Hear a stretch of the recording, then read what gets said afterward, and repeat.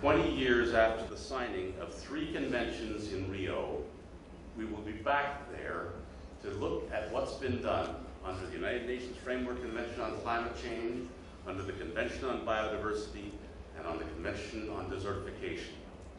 And they operate separately, but we all know that they, in fact, are all part of one global environmental system. And quite frankly, the 190 odd heads of state who signed those conventions are going to have to be accountable 20 years out for what they have and have not done in those 3 conventions. We know at a local level that we can proudly say what we're doing on each of those 3 conventions. The nations of the world have to become accountable in Rio in March of 2012. So ICLEI, through its Local Action for Biodiversity Lab program in partnership with the IUCN, the International Union for the Conservation of Nature, was happy to be part of the inaugural Rio Convention's Ecosystems Pavilion at the CBD, the Convention on Biodiversity, COP10 in Aichi, Nagoya, Japan. We participated in a panel there on biodiversity and climate change policy, urban ecology, combining biodiversity and climate action in local government, the economics of ecosystem and biodiversity. Because we have spheres of experience on biodiversity and ecosystems, including land degradation, that are clearly linked to climate change. The outcome confirmed that the goals of conserving biodiversity complements the goal of combating climate change. They're one. More effectively, multiple objectives are built into policy, planning, and implementation at the local level. Ecosystems are defined by their biodiversity, and they offer sustainable solutions to issues of climate change, resilience, mitigation, and adaptation, and they're more cost-effective than hard engineering solutions. And cities get that. Cities and local government have proven that the solutions are worth prioritizing. The cost of simply conserving ecosystems continue to provide their free-of-charge services needs to be the first line of defense against climate change. And that's especially applicable in the developing world. Communities rely directly on these ecosystems for their well-being, for climate protection, for food, shelter, materials, etc.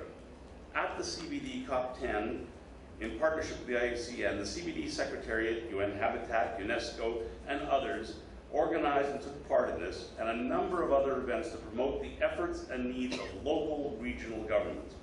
And the most positive thing that came out of that is 193 nations signed on to and endorse a plan of action on subnational governments, cities, and other local authorities for biodiversity. And that's a plan that runs from 2011 to 2020.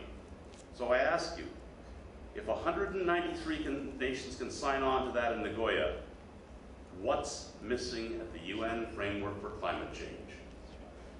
What's missing? If you can sign that and endorse that in Nagoya, why can't we do that here? And let's identify the elephant in the room. Half of the world lives in cities today. By the middle of this century, 2/3 of the world will live in cities. By the end of the century, 90% of the world will live in cities. These problems are going to be solved or not in cities.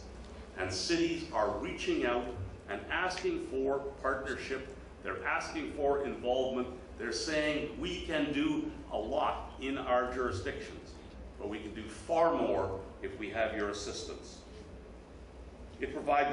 This agreement provides guidelines for national governments to follow to support the efforts of local governments and contribute meaningful to the implementation of the objectives of the CBD. Local contributions, and also allows for local contributions in national biodiversity strategies and action plans.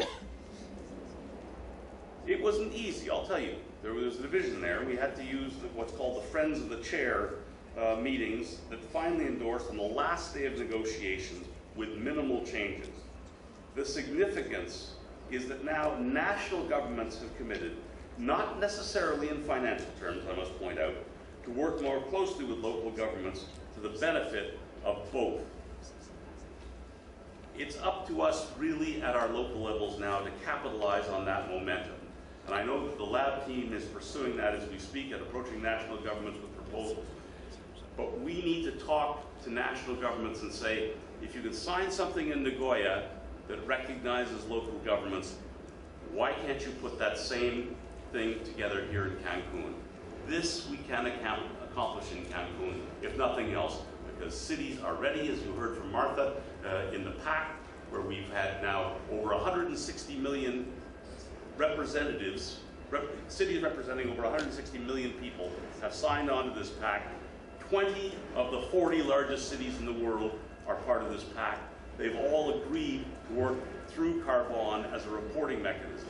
So while the rest of the national government sit back and say, well, we're not sure that we can actually document and record verifiable reductions in CO2, the cities have stepped into that space and said, we are, we will, we're going to, we'll show you.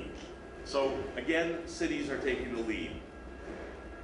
And I think I want to salute, first of all, the CBD for endorsing the plan, the CBD Secretariat for initiating the Ecosystems Pavilion, and the increased synergy between the Rio Convention and other multilateral environmental agreements.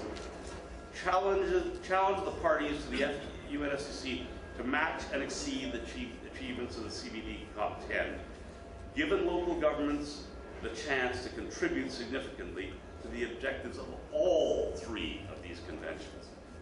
How often do you have governments knocking at the door saying, let us in, we've already got 3,500 cities who've made commitments on climate change, we've already had a number of cities who've made commitments on biodiversity, knocking at the door saying, let us in, let us help, let us work together, to be told, no, this is the national governments. We run a talk shop. We don't need your action. Well, you do need our action. And you're going to, by the end of this, the century of cities, we're going to wake up and realize that cities are the transformative force and are going to make the difference in whether this planet sees a 22nd century or not. Thank you.